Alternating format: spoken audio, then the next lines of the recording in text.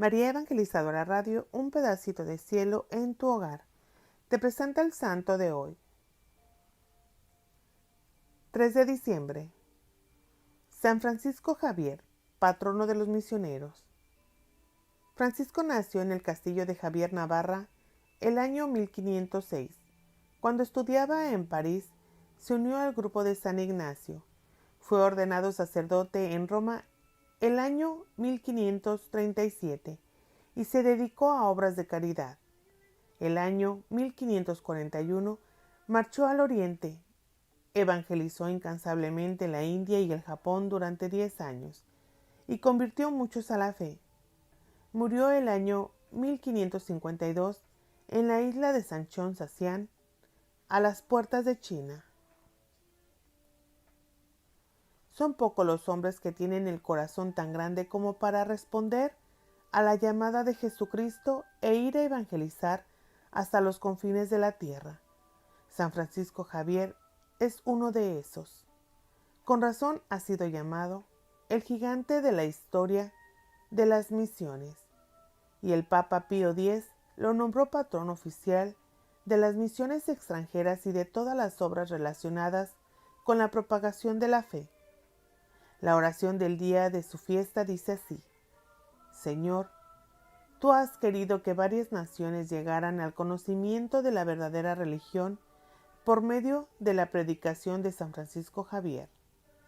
El famoso historiador Walter Scott comentó: el protestante más rígido y el filósofo más indiferente no puede negar que supo reunir el valor y la paciencia de un mártir con el buen sentido, la decisión, la agilidad mental y la habilidad del mejor negociador que haya ido nunca en embajada alguna.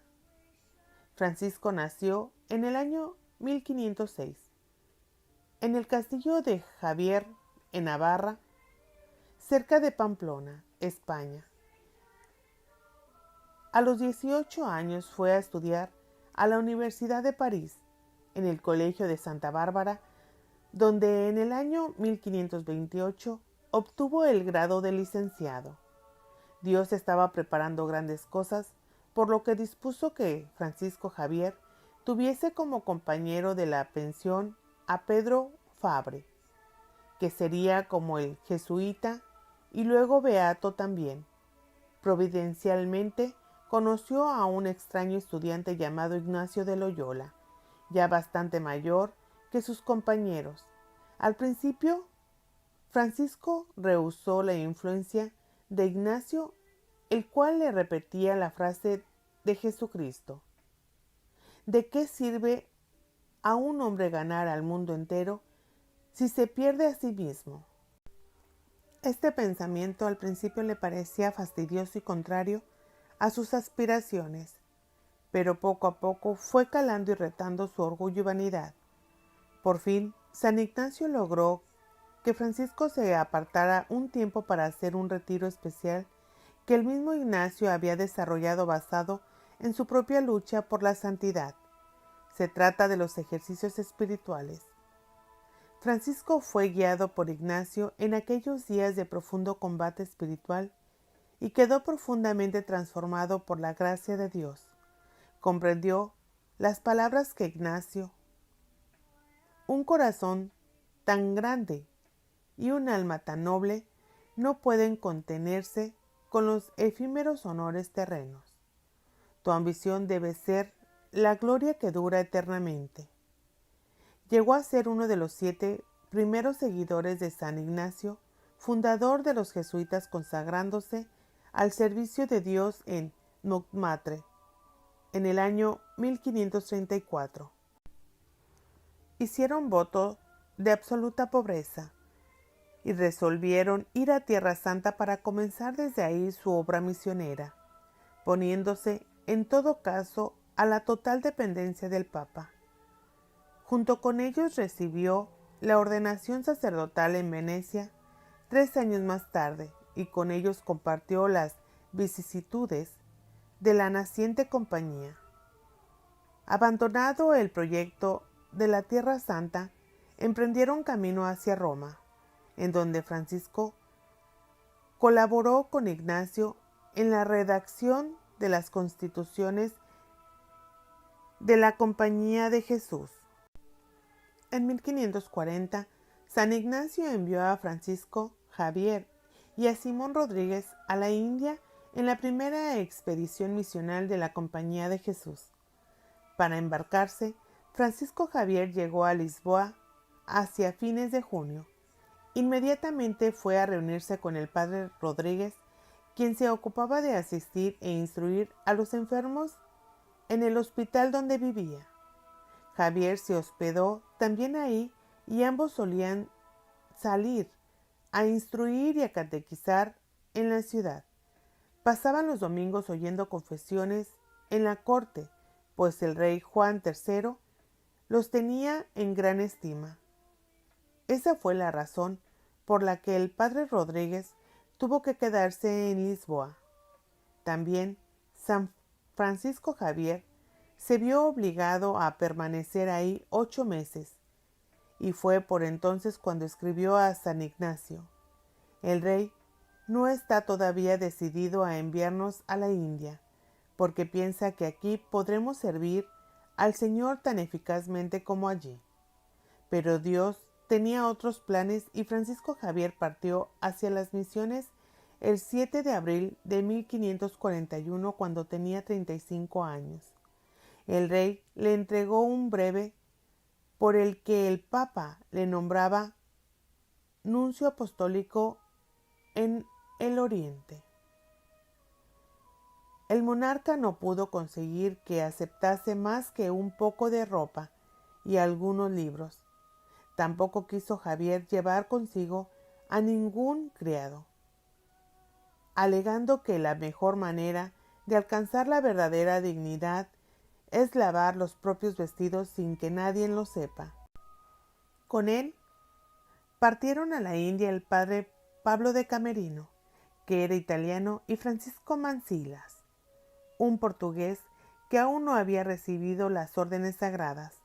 En una afectuosa carta de despedida que el santo escribió a San Ignacio, le decía a propósito de este último que poseía un bagaje de celo, virtud y sencillez más que de ciencia extraordinaria. Otros 4 navios completaban la flota. En el barco viajaba el gobernador de la India, don Martín Alfonso Sousa, y además de la tripulación habían pasajeros, soldados, esclavos y convictos. Entre la tripulación y entre los pasajeros había gente de toda clase, de suerte que Javier tuvo que mediar en reyertas, combatir la blasfemia, el juego y otros desórdenes. Francisco se encargó de catequizar a todos. Los domingos predicaba al pie del palo mayor de la nave.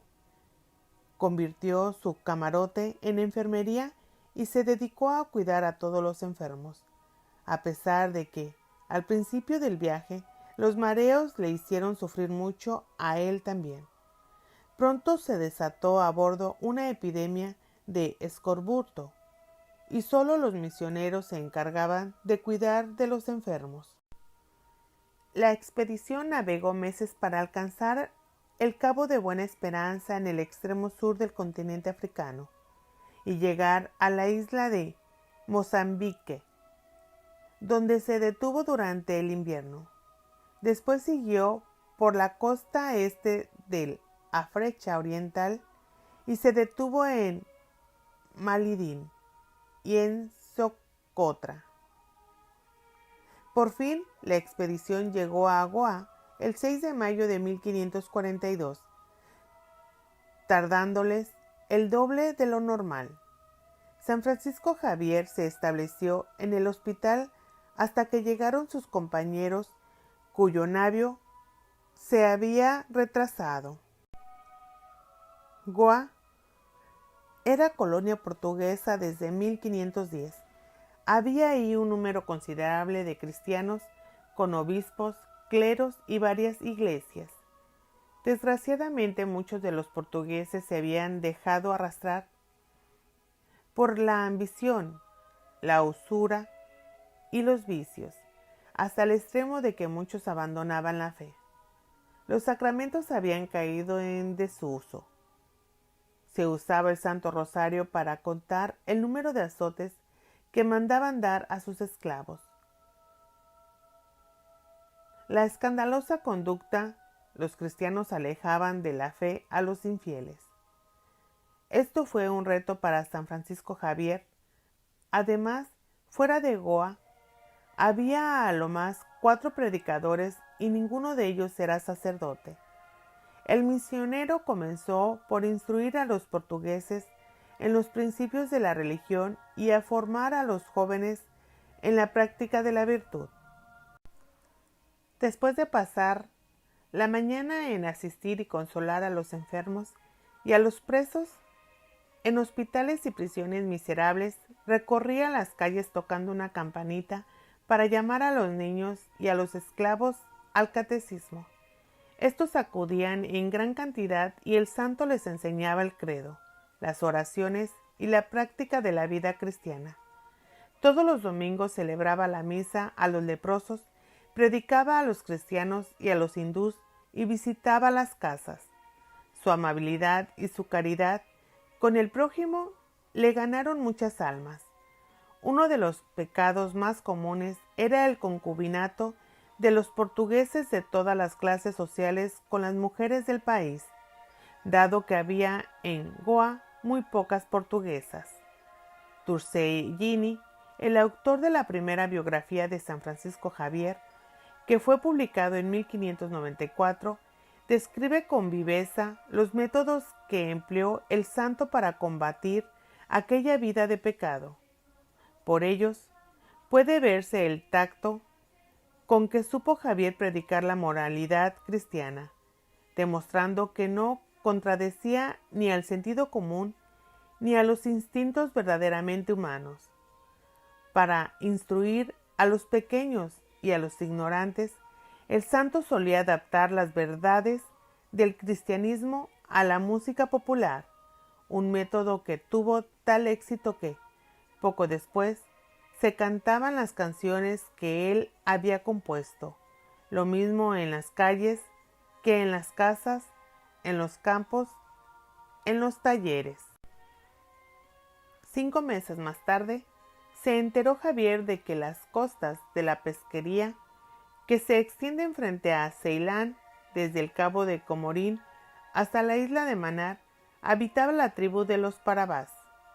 Estos habían aceptado el bautismo para obtener la protección de los portugueses contra los árabes y otros enemigos, pero por falta de instrucción conservaban aún las supersticiones del paganismo y practicaban sus errores. Javier partió en auxilio de esa tribu que solo sabía que era cristiana y nada más. El santo hizo 13 veces aquel viaje tan peligroso bajo el torrido calor del sur de Asia. A pesar de la dificultad, aprendió el idioma nativo y se dedicó a instruir y a confirmar a los ya bautizados. Particular atención consagró a la enseñanza del catecismo a los niños. Los Parabás, que hasta entonces no conocían siquiera el nombre de Cristo, recibieron el bautismo en grandes multitudes. A este propósito, Javier informaba a sus hermanos de Europa que, algunas veces, tenían los brazos tan fatigados por administrar el bautismo, que apenas podía moverlos.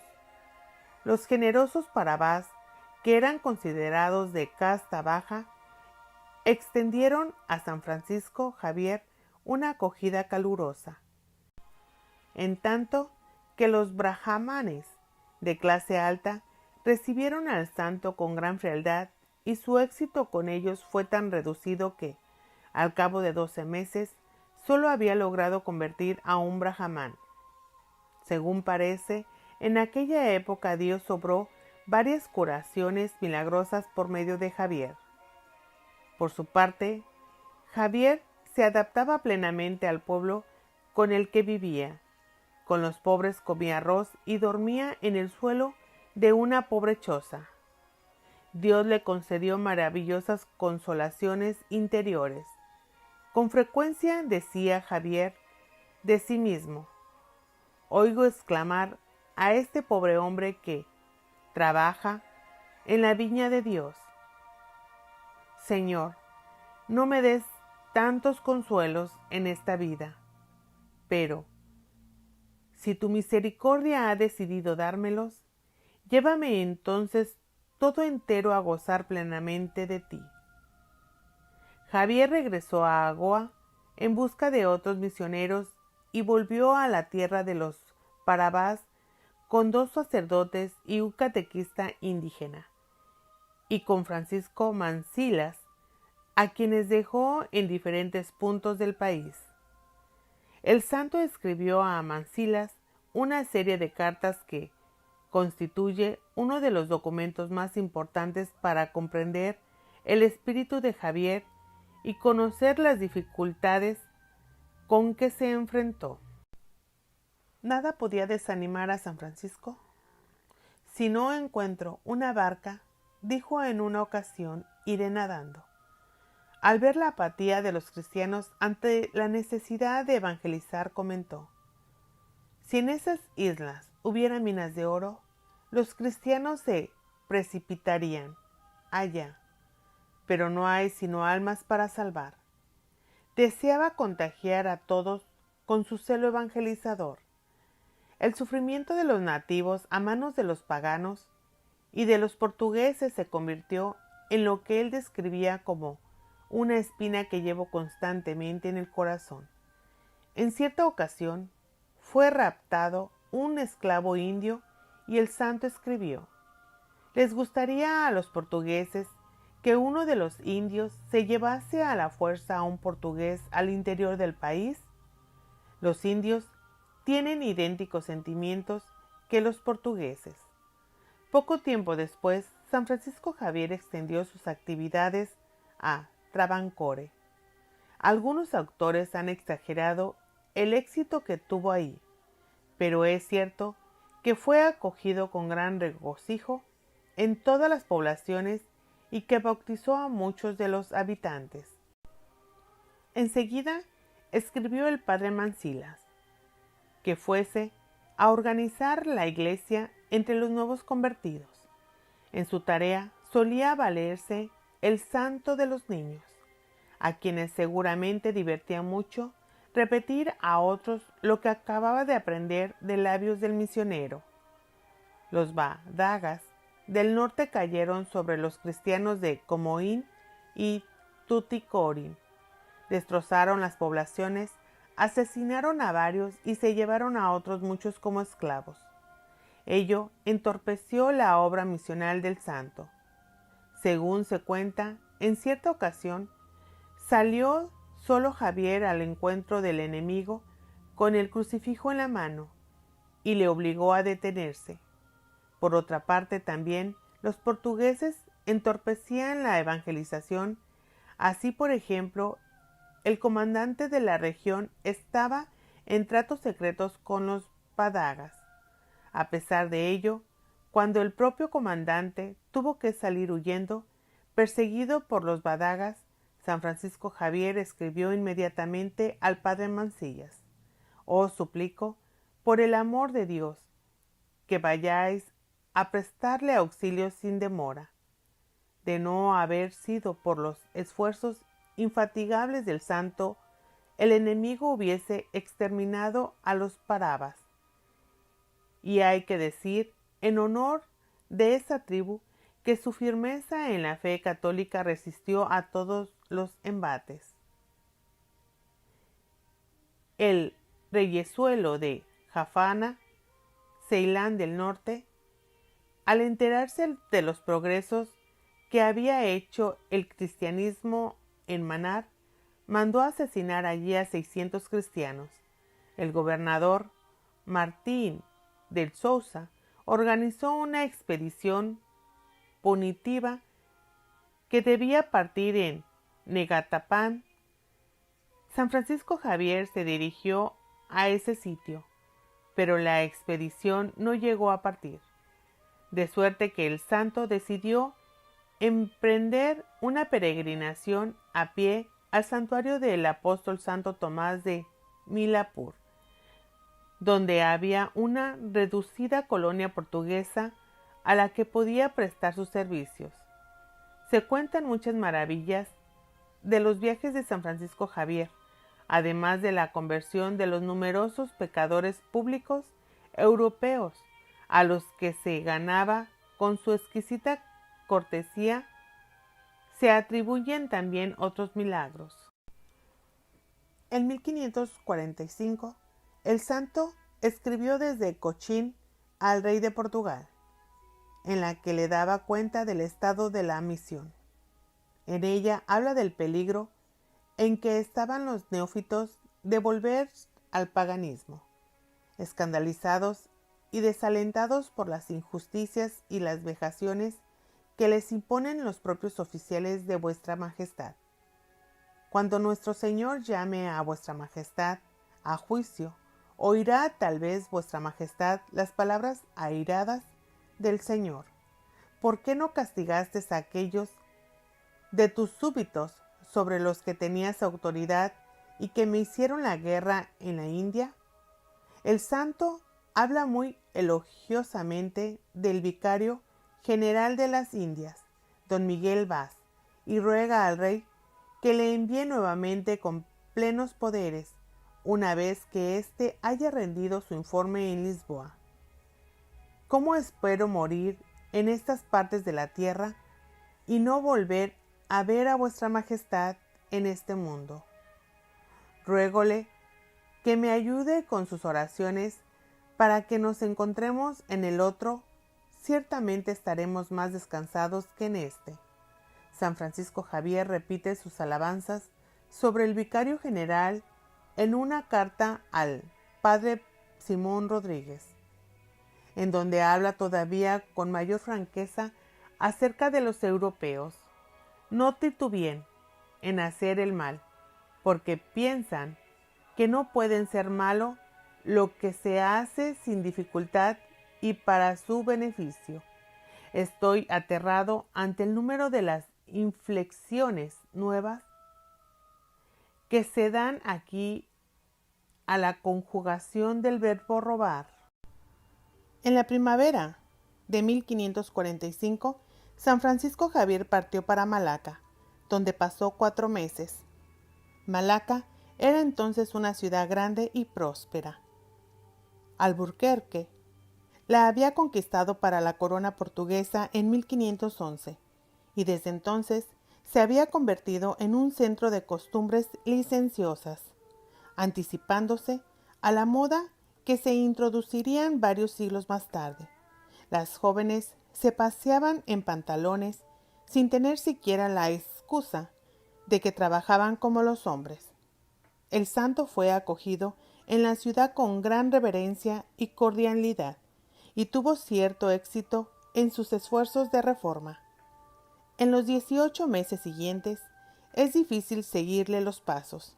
Fue una época muy activa y particularmente interesante, pues la pasó en un mundo en gran parte desconocido, visitando ciertas islas a las que él da el nombre genérico de Molucas y que es difícil identificar con exactitud. Sabemos que predicó y ejerció el ministerio sacerdotal en Amboina, Ternate, Gilolo y otros sitios, en algunos de los cuales había colonia de mercaderes portugueses. Aunque sufrió mucho en aquella misión, escribió a San Ignacio: los peligros a los que me encuentro expuesto y los trabajos que emprendo por Dios son primavera de gozo espiritual.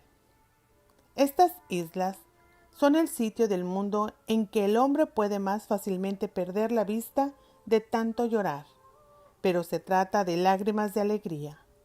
No recuerdo haber gustado jamás tantas delicias interiores, y los consuelos no me dejan sentir el efecto de las duras condiciones materiales y de los obstáculos que me oponen los enemigos declarados y los amigos aparentes.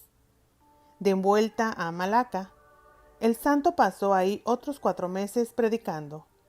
Antes de volver a la India, oyó hablar del Japón a unos mercaderes portugueses y conoció personalmente a un fugitivo del Japón llamado Anjiro.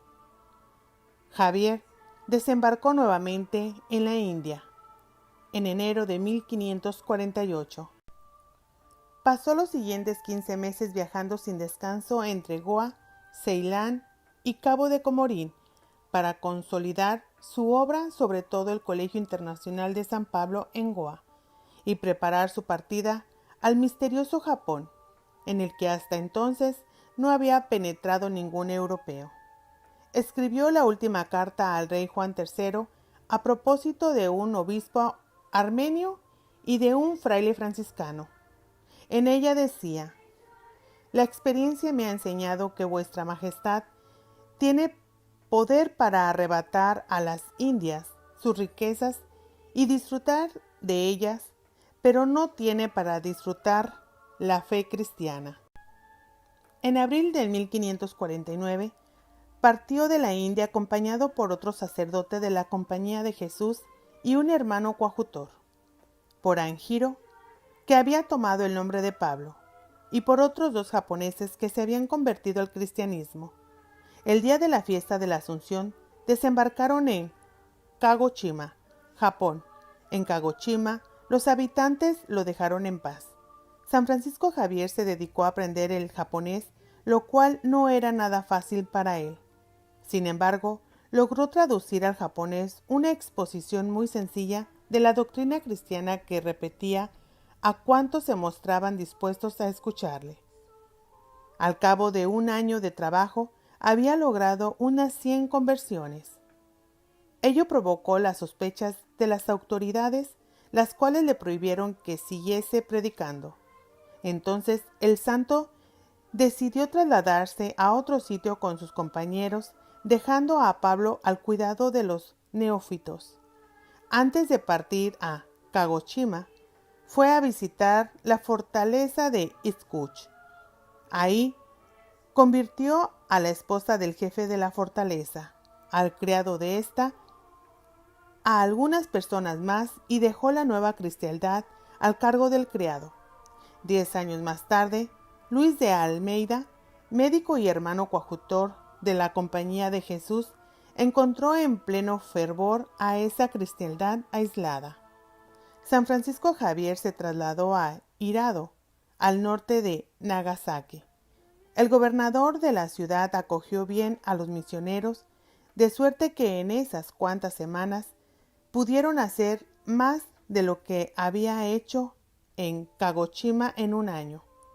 El santo dejó esa cristiandad a cargo del padre de Torres y partió con el hermano Fernández y un japonés a Yamaguchi, en Honshu. Ahí predicó en las calles y delante del gobernador, pero no tuvo ningún éxito y las gentes de la región se burlaron de él. Javier quería ir a Miyako, Kioto, que era entonces la principal ciudad del Japón. Después de trabajar un mes en Yamaguchi, donde apenas cosechó algo más que afrentas, prosiguió el viaje con sus 2 compañeros. Como el mes de diciembre estaba ya muy avanzado, los aguaceros, la nieve y los abruptos caminos hicieron el viaje muy penoso. En febrero llegaron los misioneros a Miyako. Ahí se enteró el santo de que para tener una entrevista con el Mikado necesitaba pagar una suma mucho mayor que la que poseía. Por otra parte, como una guerra civil hacía estragos en la ciudad, San Francisco Javier comprendió que, por el momento, no podía hacer ningún bien ahí, por lo cual volvió a Yamaguchi 15 días después. Viendo que la pobreza de su persona se convertía en un obstáculo para llegar al gobernador, se vistió con gran pompa y fue al gobernador escoltado por sus compañeros, con toda la regalía de su título de embajador del Portugal.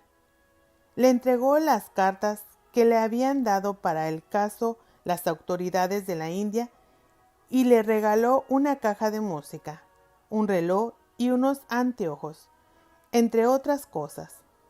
El gobernador quedó encantado con esos regalos, dio al santo permiso de predicar y le cedió un antiguo templo budista para que se alojase mientras estuviese ahí. Habiendo obtenido así la protección oficial, San Francisco Javier predicó con gran éxito y bautizó a muchas personas. Habiéndose enterado de que un navío portugués había atrancado en Funai Oita de Kyushu, el santo partió para allá y resolvió partir en ese barco a visitar sus comunidades cristianas en la India antes de hacer el deseado viaje en China. Los cristianos del Japón, que eran ya unos 2000, quedaron al cuidado del padre Cosme de Torres y del hermano Fernández. A pesar de las dificultades que sufrió, San Francisco Javier opinaba que no hay entre los infieles ningún pueblo más bien dotado que los japoneses. La cristiandad había prosperado en la India durante la ausencia de Javier, pero también se habían multiplicado las dificultades y los abusos, tanto entre los misioneros como entre las autoridades portuguesas, y todo ello necesitaba urgentemente la atención del santo. Francisco Javier emprendió la tarea con tanta caridad como firmeza. 4 meses después, el 25 de abril de 1552, se embarcó nuevamente, llevando por compañeros a un sacerdote y un estudiante jesuita, un criado indio y un joven chino que hubiese sido su intérprete si no hubiese olvidado su lengua natal. En Malaca, el santo fue recibido por Diego Pereira, a quien el virrey de la India había nombrado embajador ante la corte de China. San Francisco tuvo que hablar en Malaca sobre la dicha embajada con don Álvaro de Ataide, hijo de Vasco de Gama, que era el jefe de la marina de la región. Como Álvaro de Ataide era enemigo personal de Diego Pereira, se negó a dejar partir Pereira a Francisco Javier, tanto en calidad de embajador como de comerciante. Ataide no se dejó convencer por los argumentos de Francisco Javier, ni siquiera cuando éste le mostró el breve de Paulo III, por el que había sido nombrado nuncio apostólico. Por el hecho de oponer obstáculos a un nuncio pontificio, Ataide incurría en la excomunión. Finalmente Ataide permitió que Francisco Javier partiese a la China. El santo envió al Japón al sacerdote jesuita y solo conservó a su lado al joven chino, que se llamaba Antonio. Con su ayuda esperaba poder introducirse furtivamente en China, que hasta entonces había sido inaccesible a los extranjeros. A finales de agosto de 1552, la expedición llegó a la isla desierta de Sancián, que dista unos 20 kilómetros de la costa y está situada a 100 kilómetros del sur de Hong Kong. Por medio de una de las naves, Francisco Javier escribió desde ahí varias cartas. Una de ellas iba dirigida a Pereira, a quien el santo decía: si hay alguien que merezca que Dios le premie en esta empresa, soy vos, y a vos se deberá su éxito. Enseguida describía las medidas que había tomado. Con mucha dificultad y pagando generosamente, había conseguido que un mercader chino se comprometiese a desembarcar de noche en Cantón, no sin exigirle que jurase que no revelaría su nombre a nadie. En tanto que llegaba la ocasión de realizar el proyecto, Javier cayó enfermo. Como solo quedaba uno de los navios portugueses, el santo se encontró en la miseria. En su última carta escribió: hace mucho tiempo que no tenía tan pocas ganas de vivir como ahora. El mercader chino no volvió a presentarse. El 21 de noviembre, el santo se vio atacado por una fiebre y se refugió en el navio, pero el movimiento del mar le hizo daño, de suerte que al día siguiente pidió que le transportasen de nuevo a la tierra. En el navio predominaban los hombres de don Álvaro de Ataide, los cuales, temiendo ofender a éste, dejaron a Javier en la playa, expuesto al terrible viento del norte. Un compasivo comerciante portugués le condujo a su cabaña tan maltrecha que el viento se colaba por las rejillas. Ahí estuvo Francisco Javier, consumido por la fiebre. Sus amigos le hicieron algunas sangrías sin éxito alguno. Entre los espasmos del delirio, el santo oraba constantemente. Poco a poco se fue debilitando. El sábado 3 de diciembre, según escribió Antonio, viendo que estaba moribundo, le puse en la mano un cirio encendido. Poco después, entregó su alma a su Creador y su Señor con gran gozo y con gran paz.